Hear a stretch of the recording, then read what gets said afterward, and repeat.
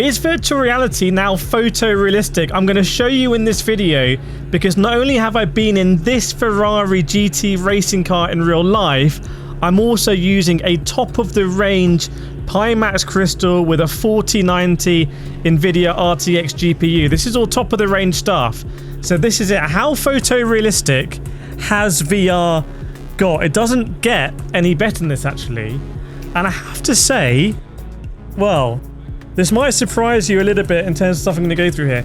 The bits that do seem photorealistic are actually, to me, the really subtle details. So if you have a look at the air conditioning, sort of like metallic, I can very clearly see they are metallic by the way that they are reflecting, and the reflections are so subtle, I really believe that's metallic. Some of the textures don't work as well. Have a look at the end of the seatbelt there, the how many points? 1, 2, 3, 4, 5, 6-point harness. Those ends don't seem very realistic. Like, they should be metallic, but they're not reflecting in the right way. So I think there's a lot to do with textures. I don't know if you can see this, but the gloves are so unbelievably textured. Those gloves are genuinely photorealistic. Have a look at the seam.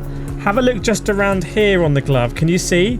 Like, there's some stitching sort of coming loose a little bit, and there's a bit of fraying there where the fabric stretches. To me, that's photorealistic. When you get really close, that is scary photorealistic. The carbon fiber of the wheel, actually the wheel I had in my car was different. It was a circular one. I would say that these dials, these two dials, the big ones at the bottom, they look photorealistic again because of the reflections. You see the reflections there? But the other ones don't quite, and I can see the other ones are not exactly circular. Like, in real life, I know those would be circular. Here, they're not circular. Let's move the car into some sun and get some... I mean, have a look at the glistening on the air conditioning. That is pretty insane. And look at the inside of the glove. I mean, that glove, that is incredible. And oh my goodness, a race suit as well. Can you see? I've crashed the car. Can you see the race suit there?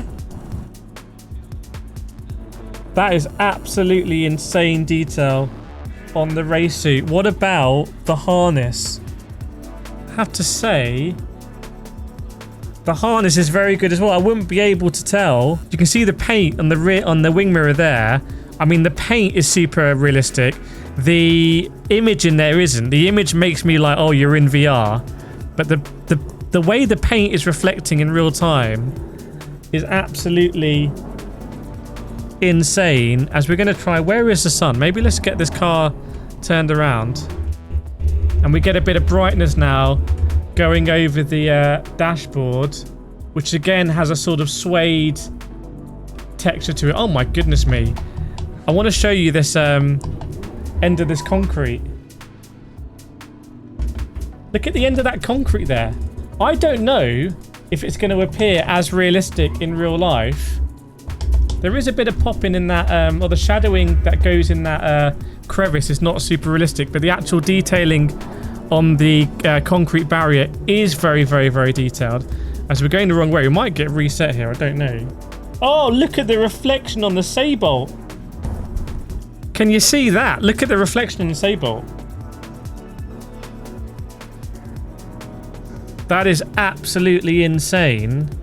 Now, this headset retails for about $1,500. I do have I think it's $100 discount code in the description. Either way, it's very, very, very expensive. Look over here.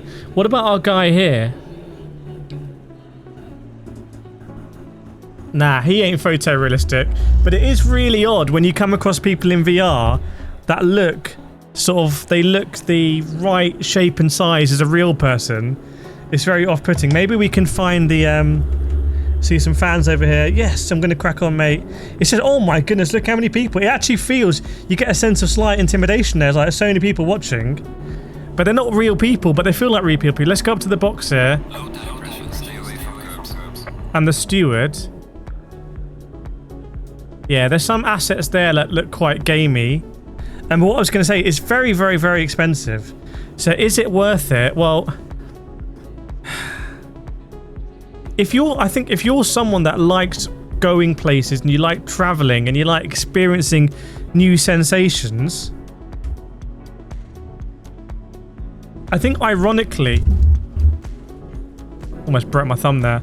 I think ironically that you might really enjoy this headset. If you're more about the racing or the gameplay, I don't think it's going to matter too much. I think there's other things that VR games can do to make them really immersive, make them really good.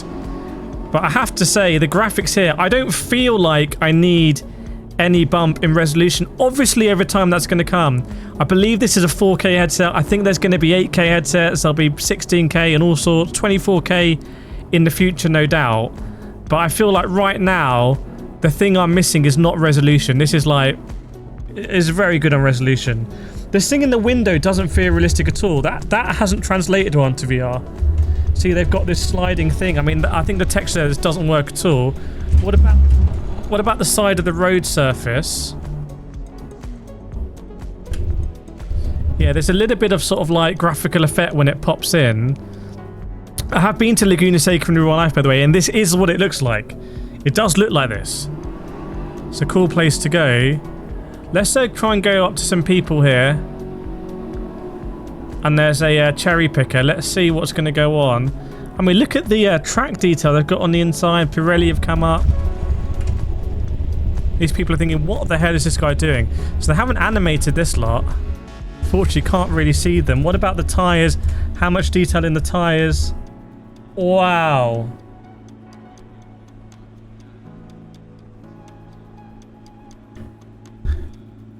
It's a bit of neutral it's going to pull. But yeah, look at this one here. This does feel, but now I can see it's not a 3D texture, is it? Where's my microphone? It's not a 3D texture. So that is a point against it. What an insane setup. But that, yeah, the suede on the front, 488 challenge, that's super cool. That object down there, is that a fire extinguisher maybe or something? That's not very realistic at all. So I think you can have games that are smaller in scope. I mean, this is a massive scope. Look how much stuff is in this game. You might think, oh, it's a racing game, it's just a trap, but there is insane scope in detail. See the corkscrew around the back there. Quite fun to walk up there. But you can imagine a smaller scope game where everything in it can be superbly detailed. I think what lets ACC down, this is ACC, is that some of the textures aren't super detailed, but this was not a game designed for VR. So obviously when they built this game, when they designed it, they were incorporating assets that were of quality enough to be photorealistic in VR. But it's not all the case. You can see that crowd there. Look at my guy waving the flag. I see you, bro. And normally you're going really fast as well. That screen feels a lot better than that screen. It's a really interesting effect. It looks like a TV screen, but that also looks like a TV screen, not a mirror. There's no mirror effect on there. I'm sure they could do a really sophisticated and clever and fancy effect on that to make it look like a mirror, if that makes sense, and not a TV screen. If you told me that was a TV screen, I'd be like, oh yeah, okay, that's quite realistic. But yeah, there we go. That's the Ferrari 488 challenge. I hope this video has helped you sort of understand how realistic or not realistic virtual reality is these days. There is a discount code, like I say, if you want to pick up this headset. It's very, very, very expensive. Look at the reviews and I will see you. Oh, more videos around here in VR if you want to compare. So check those out and I'll see you in the next video.